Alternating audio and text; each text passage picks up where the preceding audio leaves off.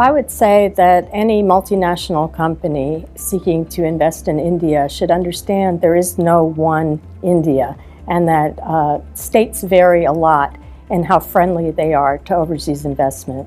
Here in our region of India, we have two states that rank consistently at the top of the ease of doing business rankings because they go out of their way to be accommodating to businesses, and they have a strong history of connection to the United States as well, where 1 in 4 residents claim some family tie to the United States.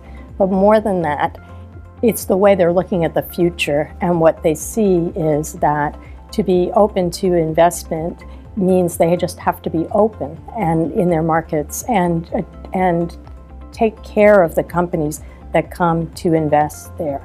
With that in mind, even the most ambitious state can't get away from the external face that India puts towards attracting investment and trade.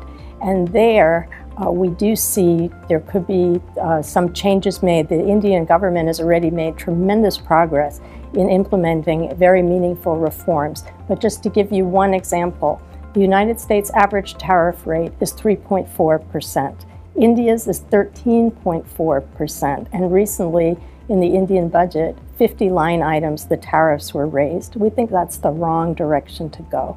And let me explain why that's important. A lot of times, companies, when they want to invest in a country, they'll import their inputs. We see that, for example, in the case of Lockheed Martin, right here in Hyderabad. They're building the empennage, which is a tail section of a very advanced plane, and then they re-export that plane part to the United States for final assembly.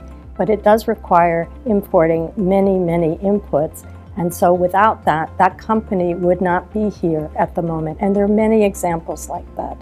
The other thing we find is that multinational companies do not necessarily want to come and make major, huge investments in a country, even one as large as India, without testing the market. How do they do that? They export their products to a country first, and they see if there really is a market that would make it logical for them to invest and produce in that country. It's just the nature of economics and the global supply chain in which we're living.